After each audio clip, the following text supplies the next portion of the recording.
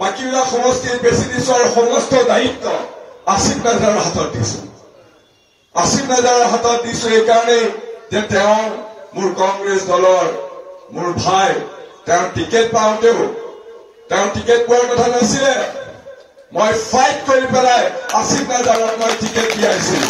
তেওঁ মাজে মাজে কথাবিলাক পাহৰি যায়। বিজেপি যেতিয়া ভোটটো বিপদত পৰে তেখেতকে এই আমিনুল ডাঙৰীয়াই বিভিন্ন বিতৰ্কিত মন্তব্য দি বিজেপিক বচাই আহিছে।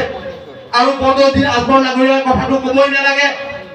এই বদৰুদ্দিন আজমল ডাঙৰীয়াই প্ৰধানমন্ত্ৰীক শ্ৰেষ্ঠ প্ৰধানমন্ত্ৰী বুলি কয়, আমাৰ মুখ্যমন্ত্ৰীক শ্ৰেষ্ঠ মুখ্যমন্ত্ৰী বুলি কয়।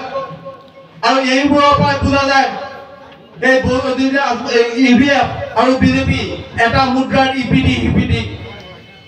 এই এআইডিএফৰ নেতাসকলেও বা এআইডিএফৰ কেণ্ডিডেটেও জানে যে তেখেতে কেতিয়াও জিকিব নোৱাৰে। তেখেতৰ একমাত্ৰ লক্ষ্য হৈছে যে ভোটৰ বিভাজন কৰি আমাৰ মাইনৰিটি মানুহৰ, আমাৰ সংখ্যালঘু মানুহৰ ভোটৰ বিভাজন কৰি বিজেপিক জিকাই দিয়া।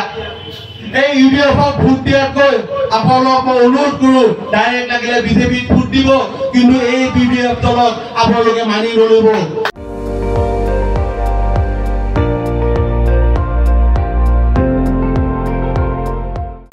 আপুনি চাই আছে ND24, সৰ্বশ্ৰেষ্ঠ নহয় সৰ্বোত্তমৰ দৌৰত।